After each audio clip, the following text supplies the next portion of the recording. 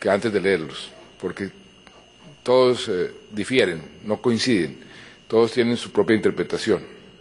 Ahí es donde instituciones como la CEPAL pueden ayudar mucho. Generalmente los gobiernos no tienen tiempo de pensar, están uno en el día a día apagando incendios, e instituciones como estas pueden, como quien dice, reflexionar desde cierta distancia y pueden jugar un papel muy importante de sugerir caminos, de sugerir fórmulas y sobre todo en momentos tan interesantes y confusos como los de hoy, la CEPAL puede jugar un papel bien constructivo. Volviendo al proceso colombiano y el proceso colombiano vis a vis América Latina. Colombia entonces comenzó a hacer una serie de esfuerzos para llevar a su economía a tener una de las condiciones necesarias para poder tener éxito en cualquier política económica, y es un crecimiento más alto. Para ese crecimiento más alto se requiere inversión, y se quiere atraer inversión, entonces se puso en marcha una política de darle confianza al inversionista, de atraer la inversión. Hoy en día la globalización y la apertura comercial, en el fondo, es una competencia por inversión y por generar empleo. Uno tiene que ser consciente de eso. Todo lo que se hace son medios más que un fin en sí mismo. El fin de las políticas debe ser generar riqueza y empleo y poderla distribuir mejor. Y ese es nuestro gran reto en Colombia y nuestro gran reto en América Latina.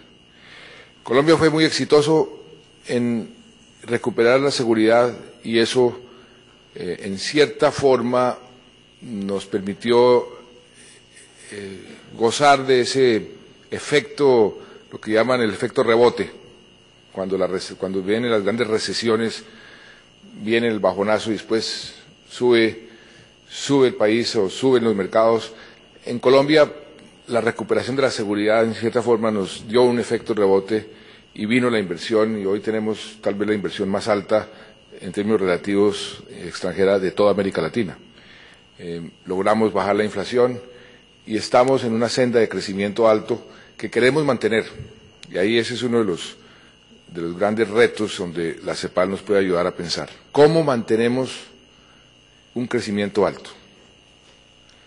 En el caso nuestro, por experiencias también que hemos tenido, estamos convencidos que el crecimiento no se da, como decían los neoliberales, por generación espontánea, ni por la mano oculta de Adam Smith.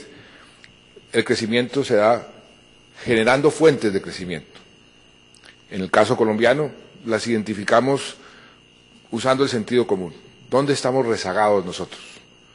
¿Dónde podemos simplemente, eliminando ese rezago, generar un impulso en la economía? Identificamos la infraestructura, donde estamos rezagados, y si hacemos una gran inversión en infraestructura, eso genera una dinámica, una demanda, genera empleo y nos hace más competitivos.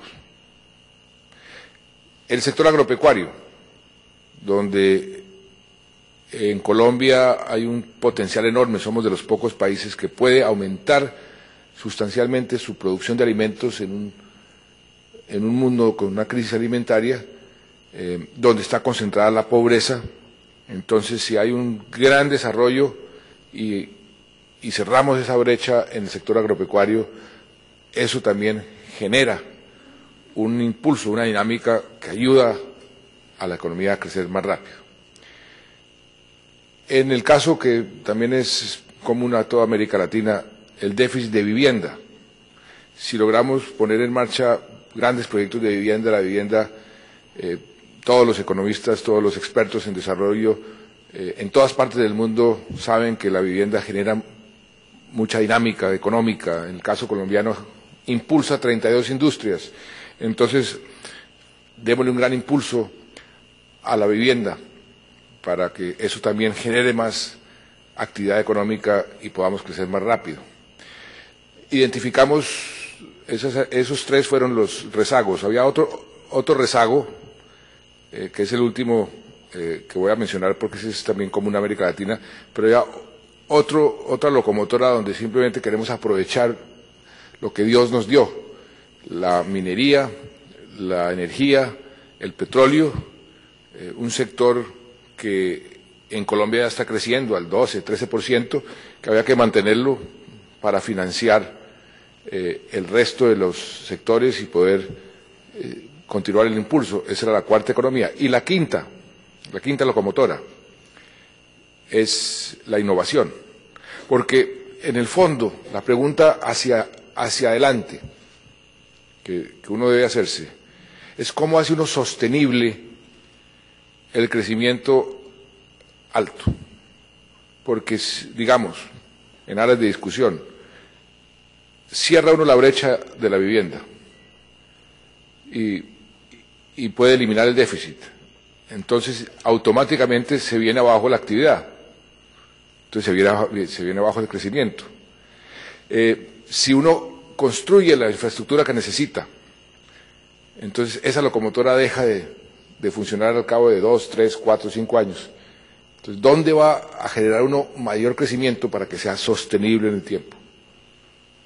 Si uno comienza, y lo que tenemos planeado con el ministro de Agricultura, sembrar la mitad del país que hoy está virgen. Entonces, cuando esté sembrado, ¿cómo vamos a seguir creciendo? Ese es el gran interrogante. Y ahí viene la quinta locomotora, la innovación.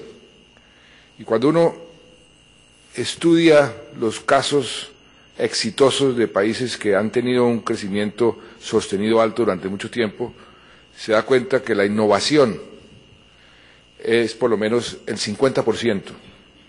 El componente de innovación es por lo menos el 50% de la actividad económica, del crecimiento económico. Y ahí es donde América Latina siempre ha estado rezagada. Y ahí es donde la productividad de nuestra economía frente a las economías de otras regiones exitosas siempre nos hemos quedado atrás. Y ahí, querida Alicia, es donde hay que hacer un gran esfuerzo en la innovación, en ver cómo podemos nosotros ser tan innovadores como los asiáticos. Si uno estudia el caso de la China, el caso de Corea, el componente importante de su crecimiento es y ha sido y seguirá siendo, porque eso se retroalimenta, la innovación. Y ahí es donde todos los latinoamericanos estamos rezagados y donde tenemos el gran desafío. Porque tenemos todo lo demás. Tenemos los recursos, y ahora hablo de por qué creo que esta década es muy importante y una gran oportunidad para América Latina. Entonces, la experiencia nuestra, la colombiana, nos enseñó, primero, que el mercado hay que ayudarlo, no hay que dejarlo solo. Y yo personalmente soy un convencido de la tercera vía. Yo escribí un libro con el primer ministro Blair que se resume en la frase: el mercado hasta donde sea posible, el Estado hasta donde sea necesario. Y eso es particular a cada circunstancia de cada país. En algunos países los mercados funcionan mejor que otros, entonces el Estado debe intervenir más o menos de acuerdo a las circunstancias. No es una regla estándar, no es una regla fija, eso es un enfoque pragmático. Pero lo que sí estoy convencido es que el Estado en América Latina tiene que intervenir, y tiene que intervenir para corregir unas falencias, y tiene que corregir para también producir unos efectos. Entonces, tiene que intervenir para generar fuentes de crecimiento.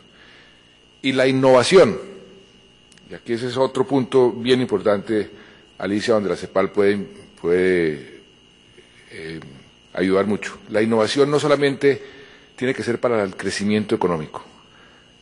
Nosotros necesitamos una gran dosis de innovación social.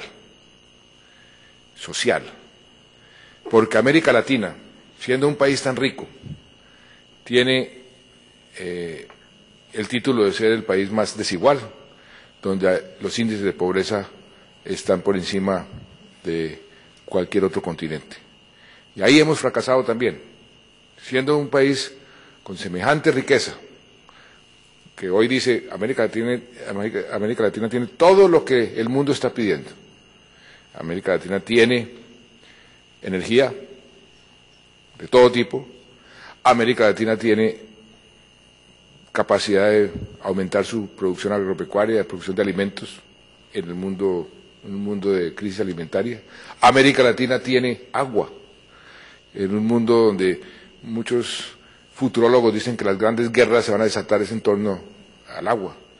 América Latina tiene biodiversidad como pocos continentes en el mundo, tiene el pulmón del mundo con toda la Amazonía, en un mundo que está cada vez más preocupado por el cambio climático. Y América Latina tiene una población joven, que hoy es un gran activo. Muchos economistas o muchos políticos no se dan cuenta el gran activo que es tener una población joven. Y los problemas que tienen hoy los países, muchos países, parte de las crisis que estamos viendo es porque se está envejeciendo la población y los sistemas de seguridad social simplemente están reventando, no tienen cómo financiarse. Entonces, si aprovechamos ese activo que tiene América Latina de población joven, pues ese es otro atributo y otra forma positiva de compararnos con el resto del mundo. Entonces, las paradojas, los contrastes, país rico en todo, pero pobre en lo importante. Por eso la innovación social. ¿Cómo somos más efectivos en disminuir las brechas? ¿Cómo somos más efectivos en disminuir la pobreza? Donde hemos, sin duda, fracasado. Unos más que otros. Yo diría que el caso, y lo digo totalmente convencido porque ahí están los hechos, y los hechos son tozudos, el caso de Chile es un caso muy exitoso en mostrar unos indicadores sociales y un avance social que es envidia del resto de América Latina. La pobreza extrema en Chile es del 3%, la nuestra es del 15%. La pobreza en Chile es del 13%, 15%, la nuestra es del 44%. Claro que nosotros somos de los peores, pero esas cifras, llegar a ese promedio de pobreza y pobreza extrema para el resto de América Latina es algo fundamental. Y además es un gran negocio. Los inversionistas extranjeros que están llegando a Colombia son de todo tipo. Yo estoy tratando de que lleguen inversionistas diferentes al petróleo y la minería, porque ya estamos en el preámbulo de la enfermedad holandesa, porque se está concentrando mucho en esos sectores. Pero están llegando los inversionistas de las compañías de